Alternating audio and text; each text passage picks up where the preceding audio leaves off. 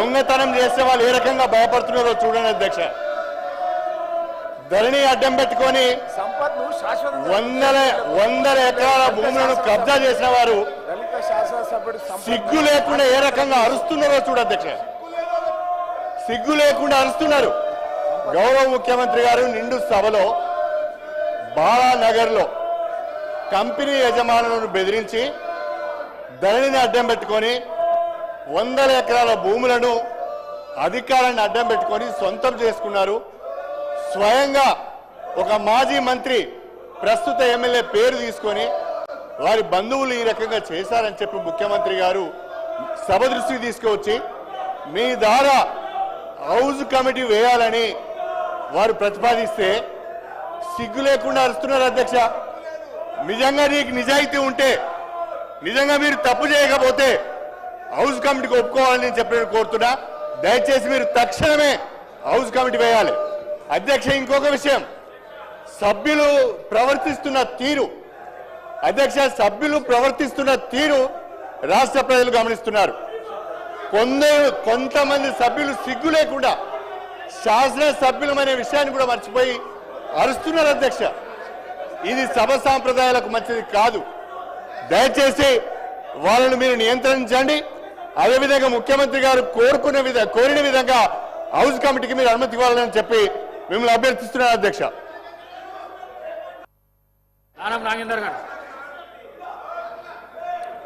Sir, ఇప్పుడు హౌస్లో కొన్ని నియమ నిబంధనలు ఉన్నాయి అధ్యక్ష. దీంట్లో ప్రధానంగా అప్పుడున్న ప్రభుత్వమే లక్ష్మణ రేఖ గీయడం జరిగింది అధ్యక్ష. ఈడ లక్ష్మణ రేఖ గీయడం జరిగింది. లక్ష్మణ రేఖ గీసిన అప్పుడు లెజిస్లేటర్ మంత్రి గారే లక్ష్మణ రేఖ దాటి వస్తున్నాడు. కాబట్టి నేనేమడుగుతున్నా అంటే, ఇప్పుడు జరిగినటువంటి భూ స్కామ్ల మీద మీరు వెయ్యండి అని అడుగుతున్నాం హౌస్ కమిటీ. కానీ బాడీ లాంగ్వేజ్ మనం చూస్తూ ఉన్నాము. మరి మీ బాడీ లాంగ్వేజ్ మా బాడీ లాంగ్వేజ్ యూజ్ చేస్తే ఎట్లా ఉంటుందో మీకు తెలియదు. ఇంకా మీరు చేసే పద్ధతి ఏదైతే ఉందో, మేము చేసేది చేస్తే గతంలో కూడా ఇలా మాట్లాడితే తప్పుడు సమాచారం పోయింది అధ్యక్ష. దయచేసి సభ్యులు అడుగుతున్న డిమాండే అర్థం చేసుకోండి అంతే. మరి అందరూ అదే చెప్తున్నారు కదా అధ్యక్ష. మీరు హౌస్ కమిటీ ఎందుకు వేయడం లేదు? మీరు హౌస్ కమిటీ వేయండి. చాలా భూ స్కామ్ జరిగింది సార్, ఒకటి కాదు రెండు కాదు, వేల ఎకరాల స్కామ్ జరిగింది రాష్ట్రంలో. మరి ఈ రోజు కూడా అధ్యక్ష, ఈ రోజు కూడా చెప్తా ఉన్నాను నేను, మా సొంత భూమిని కేటీఆర్ గారు ఒక కంపెనీకి హ్యాండ్ ఓవర్ చేశాడు. నేను కావాలంటే రికార్డ్ మీకు ఇక్కడ సబ్మిట్ చేస్తాను. మా సొంత భూమిని కేటీఆర్ గారు ఒక కంపెనీకి ఇస్తారు అధ్యక్ష. నేను కావాలంటే నేను ఇస్తాను, రికార్డు తీసుకొచ్చి మీ ముందు పెడతాను. చెప్పుకోలేకపోయినాం అధ్యక్ష. నోరు లేక నోరు బంద్ చేసుకొని కూర్చున్నాం. మేము హైదరాబాద్లో పుట్టి పెరిగి మేము నోరు బంద్ చేసుకొని కూర్చున్న ధైర్యం పరిస్థితి వచ్చింది అధ్యక్ష. మేము ఎవరు చెప్పుకోవాలి మా బాధలు? ఏంటి మీరు హౌస్ కమిటీ? ఇది అందరి సభ్యుల డిమాండ్ అధ్యక్ష. మీరు డిమాండ్, మేము కూడా డిమాండ్ చేస్తున్నాం. చీఫ్ మినిస్టర్ గారు దాన్ని మేము కూడా డిమాండ్ చేస్తున్నాం. ఏంటి మీరు హౌస్ కమిటీ? మేము ఎంత నష్టమైనా మాకు తెలుసు అధ్యక్ష. మా కుటుంబ సభ్యులది ప్రాపర్టీ, హార్డ్ ఎర్నింగ్ మనీ, మా ఫాదర్ కష్టపడి సంపాదించిన ప్రాపర్టీ పోయింది మాది. నాయన్ రాజేందర్ రెడ్డి గారు అధ్యక్ష, రెండు సార్లు మూడు సార్లు గెలిచినామని చెప్పి ఈ 3 లక్షల 5 లక్షల పంచాయతీ గురించి హౌస్ కమిటీలు అడిగినారు అధ్యక్ష. కానీ నేను వచ్చిన కొత్తలకెళ్ళి 200 కోట్ల ప్రాపర్టీ సిటీ సెంటర్ల టీఆర్ఎస్ కార్యాలయాలకు కబ్జాలు పెట్టినరు. ఇన్ఫర్మేషన్ యాక్ట్ ప్రకారం పట్టుకొచ్చి నేను నోరు నెత్తిన కొట్టుకొని మీడియాలో అసెంబ్లీలో మొత్తుకుంటే ఎందుకు దీని మీద ఇది జరగట్లేదు అధ్యక్ష? ఇవాళ వీళ్ళది కనుక ఇది నేను ప్రూవ్ చేయకపోతే అధ్యక్ష 24 గంటల్లో నా ఎమ్మెల్యే సభ్యత్వానికి రాజీనామా చేస్తా అధ్యక్ష. ఇవాళ హరీష్ రావు గారు కేటీఆర్ గారు రాజీనామా చేస్తారా? నేను ఇప్పుడు ఖైదవు రాసిస్తా అధ్యక్ష. ఇంతగానం మొత్తుకుంటుంటే కోట్లు దించుకొని దొంగ అంటుంటే మరి కార్యకర్తలు ఏమి బాధపడుతున్నారు అధ్యక్ష? ఎందుకు వాళ్ళని జైల్లో పెడతలేరు? ఇన్ని పాపాలు చేస్తే అని కాంగ్రెస్ కార్యకర్తలు నోరు కొట్టుకుంటున్నారు అధ్యక్ష. పాపం పోని కక్ష సాధింపు చర్యొద్దని ముఖ్యమంత్రి గారు అనటం వల్ల ఇవాళ ఈ దొంగల ముఠాలు దేశం మీద దాడి చేస్తున్నారు అధ్యక్ష. ఇవాళ 5 లక్షలు ఎక్కడ, 200 కోట్ల ప్రాపర్టీలు ఎక్కడ అధ్యక్ష? నేను ఇప్పుడు రాజీనామా లెటర్ పంపిస్తున్నా అధ్యక్ష, వాళ్ళని పంపించమని చెప్పండి. నేను కనుక స్పీకర్ గారికే పంపిస్తాను డైరెక్ట్. ఇది ప్రూవ్ చేయకపోతే 200 కోట్ల ప్రాపర్టీ టీఆర్ఎస్ ఆఫీసులో కూల్ చేసి కబ్జా పెట్టుకోవాలి అధ్యక్ష. గవర్నమెంట్ హ్యాండ్ ఓవర్ చేసుకోవాలని నేను ముఖ్యమంత్రి గారిని దీని మీద కూడా హౌస్ కమిటీ వేయాలి, సిఐడి విచారణ చేయాలని చెప్పి డిమాండ్ చేస్తున్నా అధ్యక్ష. నేను గెలిచిన కాడికెళ్ళి గెలవక ముందుకెళ్ళి మొత్తుకుంటున్నా అధ్యక్ష. ఒక్కరు పట్టించుకోవట్లేదు దీని మీద. దయచేసి ముఖ్యమంత్రి గారు దీని మీద హౌస్ కమిటీ కానివ్వండి, సిఐడి విచారణ కానీ వేయండి అధ్యక్ష. ఎందుకంటే ఇది ఒక్కటే కాదు అధ్యక్ష, నేను 100 ఉన్నాయి ఇన్ఫర్మేషన్ యాక్ట్ ప్రకారమే నేను కాయిదాలు లేకుండా మాట్లాడట్లే. 5 లక్షల రూపాయల కాయిదాం పట్టుకొని ఒక మంత్రిని టార్గెట్ చేసి మాట్లాడుతున్నారే, మరి దీనికి ఎవరు జవాబు చెప్పాలి అధ్యక్ష? దయచేసి నా రాజీనామా లెటర్ పంపిస్తున్న అధ్యక్ష. వాళ్ళకు నిజంగా దమ్ము ధైర్యం ఉంటే పంపించమనండి. ఇది ప్రూవ్ చేసాకనే యాక్సెప్ట్ చేయండి. థ్యాంక్ యూ అధ్యక్ష. అధ్యక్ష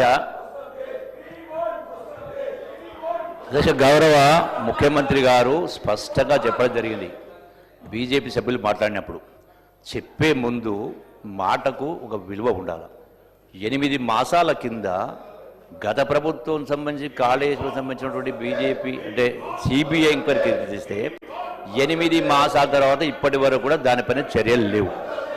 రెండవది అధ్యక్ష గౌరవ ముఖ్యమంత్రి గారు స్పష్టంగా మహబూబ్నగర్ జిల్లాకు సంబంధించి బాలానగర్ సంబంధించినటువంటి ల్యాండ్స్ ఇష్యూలో హౌస్ కమిటీ వేద్దామని చెప్పని స్పష్టంగా వారిని అడగడం జరిగింది. సో దానిపైన వారు దానికి అగ్రి కావాలి. రెండవ అధ్యక్ష నేను ఒకటే అడుగుతాను, ఈరోజు 10 సంవత్సరాలు అధికారంలో సభ్యులు ఈరోజు ప్రతిపక్షంలో అక్కడ కూర్చునే పరిస్థితి ఎందుకు వచ్చింది అధ్యక్ష? వందలాది మంది బిడ్డలు ప్రాణత్యాగాలు చేసి మా చావులతో తెలంగాణ రావాలి, వచ్చిన తెలంగాణ అన్ని వర్గాల ప్రజల కష్టాలు తీరాలని చెప్పని వాడు ప్రాణత్యాగాలు చేస్తే 10 సంవత్సరాల పరిపాలన తర్వాత వాటి భూముల విషయంలో, కాంట్రాక్ట్ల విషయంలో రకరకాల రాష్ట్రాన్ని సర్వనాశనం చేసిన తర్వాత, రాష్ట్రం అప్పుల పాలైన తర్వాత ఈ రోజున మళ్ళీ తగుదునమ్మా అని చెప్పని వీటిపైన మాట్లాడేటువంటి నైతిక అర్హత ఉండాలి అధ్యక్ష. ఈరోజు అక్కడ కూర్చున్న పరిస్థితి ఇటువంటి అక్రమాలు చాలా ఉన్నాయి, చాలా జరిగినాయి. నష్టపోయింది రాష్ట్ర ప్రభుత్వం, రాష్ట్ర ప్రజలు. ఈరోజు సంస్థలకు సంబంధించి మీరు మాట్లాడుతూ ఉన్నారు. మీరు మొదలు దానికి అగ్రి కాండి. గౌరవ ముఖ్యమంత్రి గారు ఇచ్చిన సవాల్కి అగ్రి కాండి. దానిపైన ముందు వారు బీజేపీ సభ్యులు ముందు దానిపైన కామెంట్ చేయమని చెప్పండి. దానికి అగ్రి కాండి ఫస్ట్. దాని ముందు ఆర్డర్ తెప్పించిన తర్వాత మీరు మాట్లాడండి.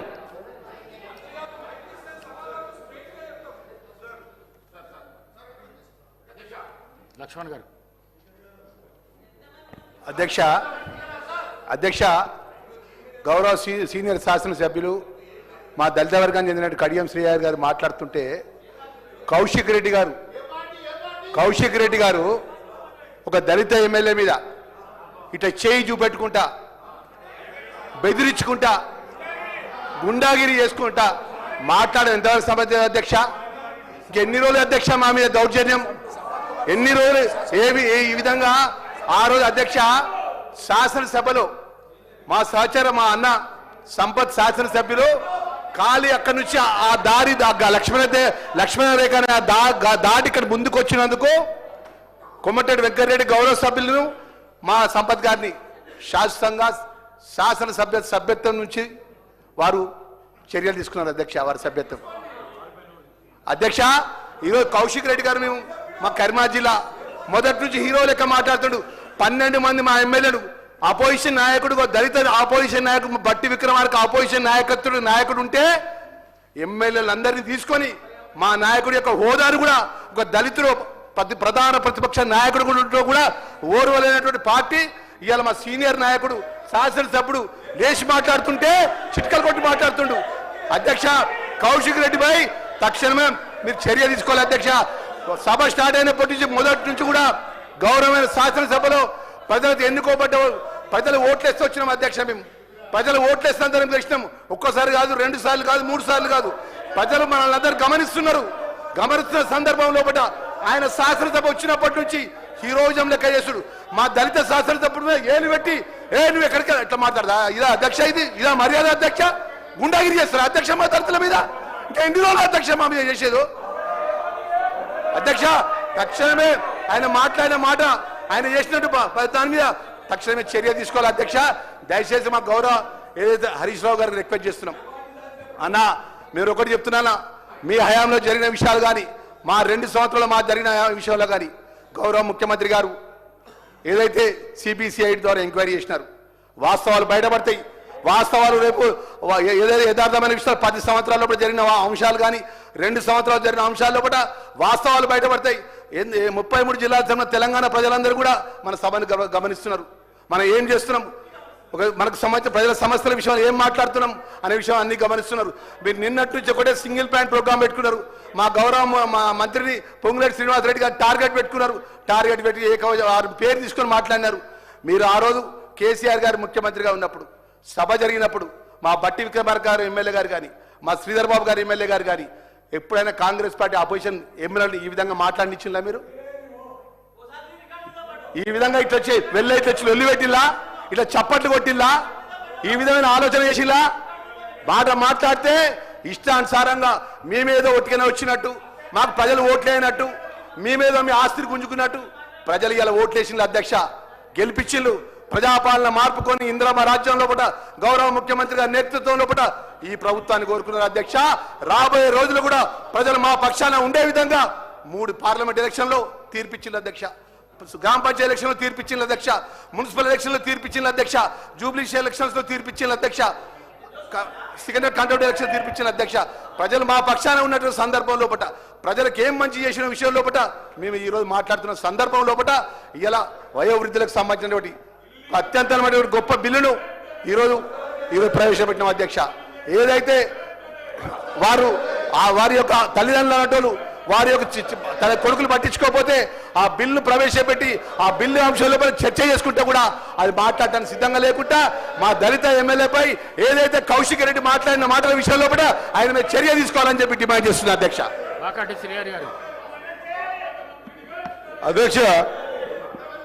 అధ్యక్ష స్పష్టంగా నిన్న జరిగినటువంటి సబ్జెక్టులో ఏదైతే 3 లక్షలు 4 లక్షల బిల్లు మీద ఇంత రాద్ధాంతం చేసి నిన్నటికెంచి సభను నడిపించకుండా సభకు అంతరాయం కలిగించుకుంటా మిగతా పక్షాలన్నీ మాట్లాడేటువంటి విషయాలన్నీ కూడా చేయనీయకుండా ఏదైతే వాళ్ళు అనుకున్నారో ఇప్పటికి కూడా ఆలోచన విధానం ఏ విధంగా ఉందంటే మేము మాట్లాడాలనుకున్నప్పుడు మాట్లాడే అవకాశం ఇవ్వాలి. ఒకవేళ మాకు మాట్లాడే అవకాశం ఇవ్వకుంటే ఇంకెవరిని కూడా